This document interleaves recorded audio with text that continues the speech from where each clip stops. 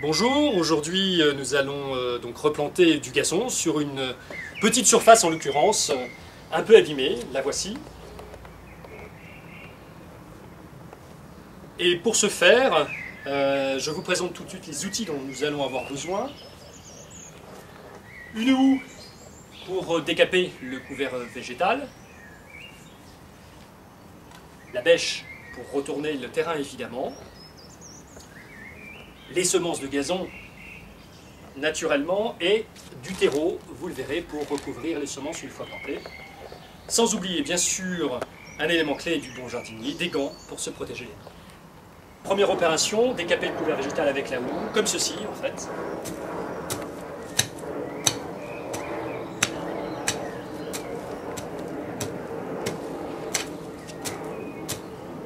Nous venons de finir de décaper le couvert végétal, donc avec la houe. Et voilà, donc nous n'en avons plus besoin. Et on attaque maintenant l'opération suivante qui consiste à retourner la terre. Bien, quant à ce qui est l'utilisation de la bêche, c'est relativement simple. Il suffit de planter le fer de cette façon, de lever, retourner et avec le fer de la bêche, casser les mottes que vous venez de soulever. Et ainsi de suite.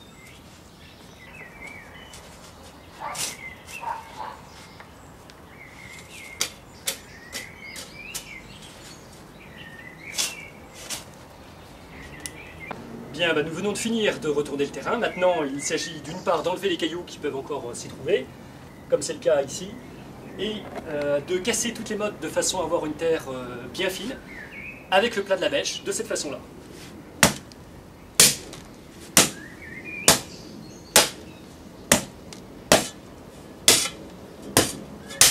On vient de finir d'aplanir les mottes. Maintenant, il s'agit d'égaliser le sol avec un râteau, tout simplement, de cette façon-là.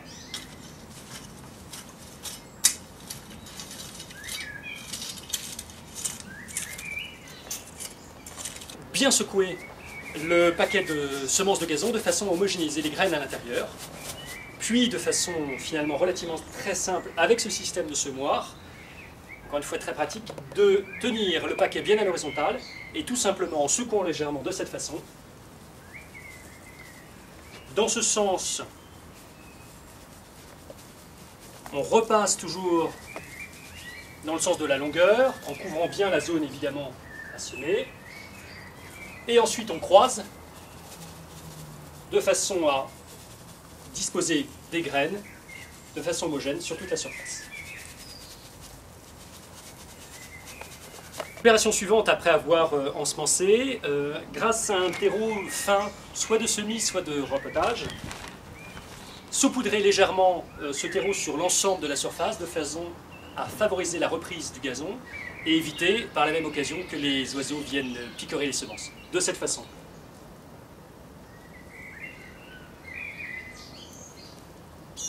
Alors vous pouvez en mettre de telle sorte de recouvrir l'ensemble des semences de gazon que vous venez au préalable d'étendre. Dernière opération, l'arrosage. Munissez-vous d'une pomme sur votre arrosoir pour une pluie très fine sur toute la surface que vous avez ensemencée. Selon les conditions climatiques, c'est une opération que vous aurez à reproduire tous les 4 jours, naturellement, s'il ne pleut pas. Surtout, vous attendez au moins la première année avant de tondre la pelouse.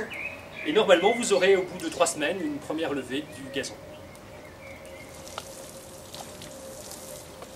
Vous pouvez retrouver cette séquence vidéo sur mondeden.fr, sans oublier les produits, équipements et accessoires que nous avons utilisés.